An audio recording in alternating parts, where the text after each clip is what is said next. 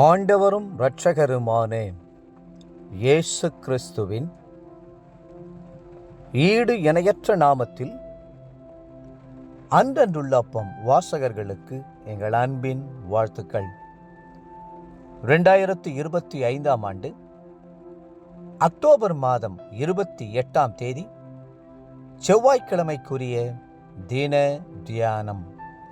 இன்றைய தலைப்பு செருபாபேல்.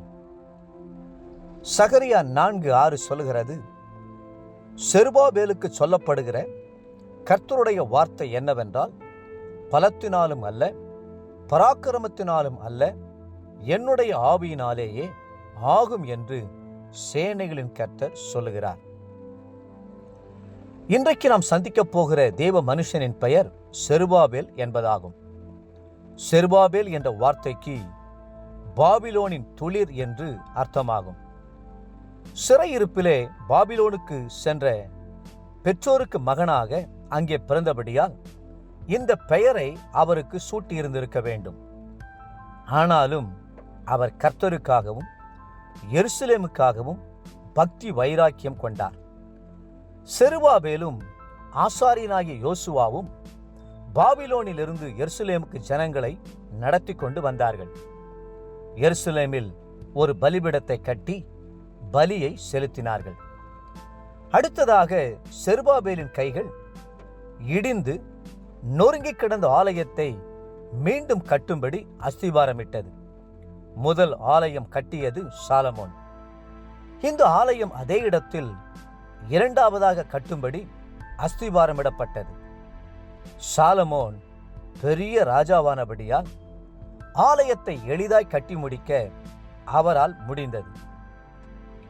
ஆலயத்துக்கு வேண்டிய எல்லா பணிமுட்டுகளையும் தாவீது சேகரித்து வைத்திருந்தார். ஜனங்கள் உற்சாகமாய் கொடுத்தார்கள். சுற்றியிருந்த ராஜாக்களும் உதவிக்கரங்களை நீட்டினார்கள். ஆனால் இப்படிப்பட்ட அனுகூலங்கள் ஒன்றும் செருபாபேலுக்கு இருக்கவில்லை. செருபாபேலின் நாட்களில் பெரும்பாலான யூதர்கள் பாபிலோனில் உள்ள சிறையிருப்பில் சிக்கியிருந்தார்கள். திரும்பி வந்தவர்களுக்கும் சரியான வேலை வாய்ப்புகள் இல்லை. தேவ பணிக்கு பயங்கர எதிர்ப்புகள் எல்லா பக்கங்களிலிருந்தும் எழுந்தன. தடைகள், போராட்டங்கள் செருபாபேலின் உள்ளத்தை சோர்ந்து போக பண்ணினது. ஆவியானவரில் சார்ந்து கொள் என்பதே கர்த்தர் கொடுத்த ஆலோசனையாகும். இன்று ஆலயம் என்று சொல்லப்படுவது கைகளினால் கட்டப்படுவது அல்ல. ஒரு விசுவாசியின் இருதயமே கர்த்தர் தங்கும் ஆலயமாய் இருக்கிறது. நீங்கள் தேவனுடைய ஆலயமாய் இருக்கிறீர்கள் என்றும் தேவனுடைய ஆவி உங்களில் வாசமாய் இருக்கிறார் என்றும் அறியாதிருக்கிறீர்களா? 1 கொரிந்தியர் 3:16. உங்கள் ஆவிக்குரிய ஜீவியம் மாளிகையாக, ஆலயமாக, கர்த்தருடைய வாசஸ்தலமாக கட்டி எழுப்பப்படும் போது நிச்சயமாகவே பல எதிர்ப்புகளையும் தடைகளையும் போராட்டங்களையும் சந்திக்க வேண்டியது இருக்கும்.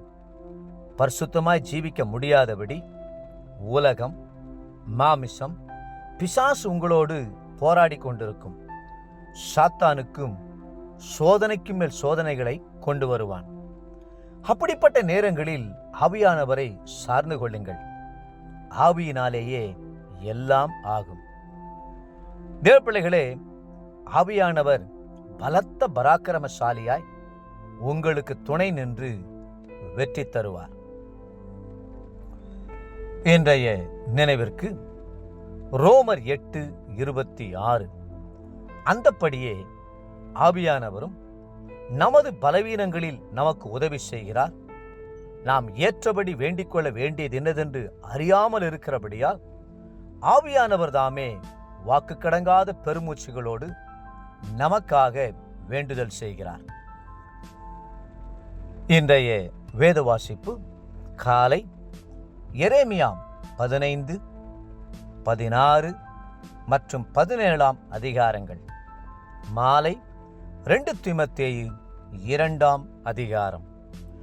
அன்புக்குரிய அன்றன்றுள்ள வாசகர்களே, மீண்டும் உங்களை வாழ்த்துகிறோம். எப்பொழுதும் ஆவியானவரையே சார்ந்து கொள்ளுங்கள். அவரே உங்களை பலப்படுத்துவார். கர்த்தர் தாமே உங்களை ஆசீர்வதித்து மென்மேலும் உயர்த்துவாராக. ஆமென்.